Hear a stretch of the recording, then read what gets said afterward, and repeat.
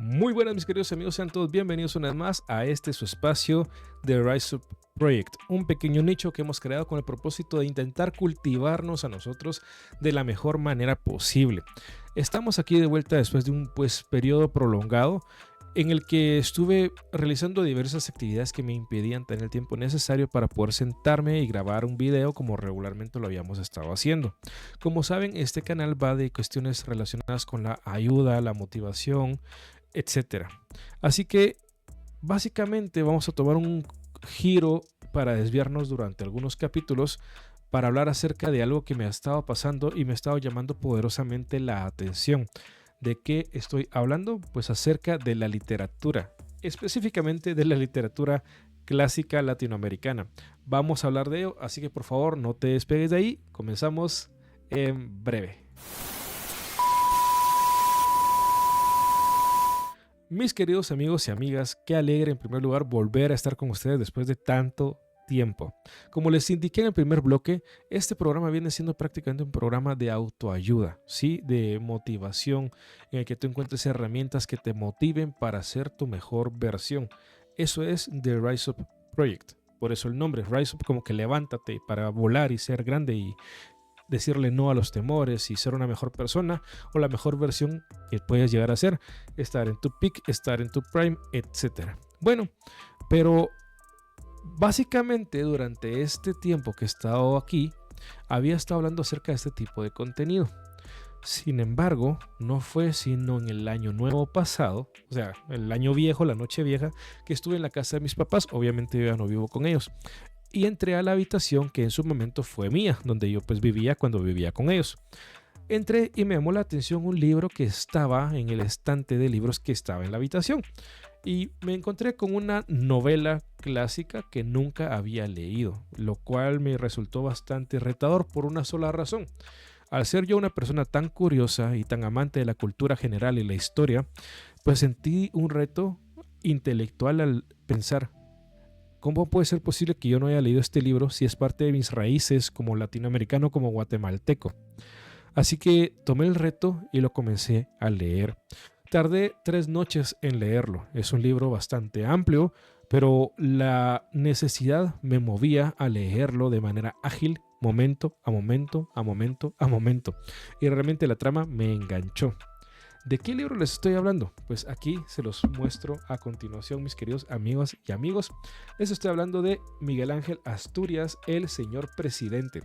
Esta edición que tengo aquí en particular es una edición bastante pequeña en comparación de mi mano. Es una edición de bolsillo. ¿Qué pasa con esto? Pues resulta ser que Miguel Ángel Asturias, Premio Nobel de Literatura, es guatemalteco. Y al ser un autor guatemalteco, pues sentí esa necesidad de querer leer sobre de qué iba, que este fue el libro que le lanzó a él a pues ganar el Nobel de Literatura. Pero estás hablando que el Nobel de Literatura no es cualquier cosa. Hay autores famosísimos que tenía la desgracia de no haber leído, como Gabriel García Márquez, como Mario Vargas Llosa, Isabel Allende, Cortázar, etc. Borges nunca ganó el de literatura, pero ganó algunos premios como el premio Cervantes. Bueno, en fin, el punto aquí es que no había tenido el gusto de leer literatura clásica.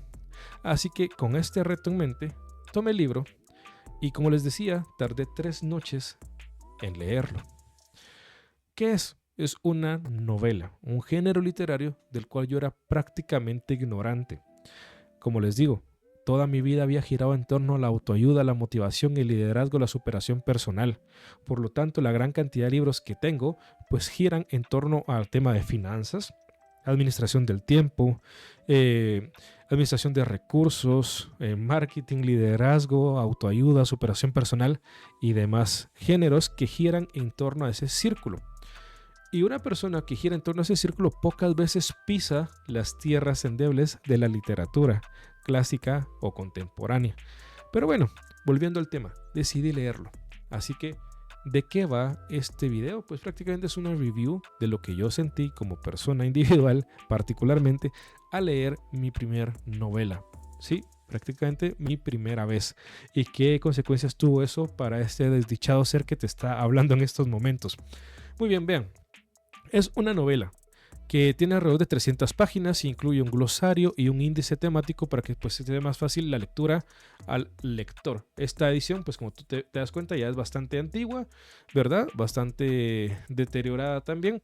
Pero quiero comprar la versión que está publicada también por la Real Academia de la Lengua Española en los clásicos de la literatura hispanoamericana. Bueno, volviendo al tema. La novela va acerca de una dictadura. Eso la mayoría de reviews que encuentres te lo van a decir. Resulta ser que en esta dictadura pues hay un presidente, en este caso, que es una figura omnipotente, omnipresente y casi que omnisciente, porque tiene presencia en cada rincón de la sociedad de aquel entonces. Claramente, Miguel Ángel Asturias no se limitó a escribir acerca de que este lugar es Guatemala, sino que lo menciona como un lugar sin nombre. Pero se entiende que estamos hablando de Guatemala y en algún momento se habla que cruza la frontera un personaje con otro país que se entiende que es México. Muy bien, ¿a qué vamos? Esta dictadura está tan presente y en la figura autoritaria y de poder del presidente de la República es tan envolvente que prácticamente no quiere soltar ni un solo hilo del poder. Entonces el mismo presidente va cortando los hilos, según va avanzando la novela, de aquellos personajes que en algún momento pudiesen llegar a ser perjudiciales para él y para su ostentación del poder supremo. Es bastante interesante. Entonces hay un personaje que es el preferido, el predilecto del presidente, que es prácticamente su mayor confidente y termina traicionándolo. Es una cuestión pero impresionante cómo se va entretejiendo la trama y hay como subtramas y distintos personajes que hacen que la novela sea bastante más envolvente, al punto de que cuando terminé de leerla sentí la necesidad de más. Quería profundizar más en la psicología de algunos personajes, en el desarrollo y la trama de historias individuales de cada uno de ellos. Entonces, prácticamente hay esa necesidad de decir, bueno, me hubiera gustado tanto un spin-off de la vida de este personaje, o de cómo este personaje llegó a estar en el poder, por ejemplo, en el presidente, o en el personaje que les decía que era el confidente del presidente, etc.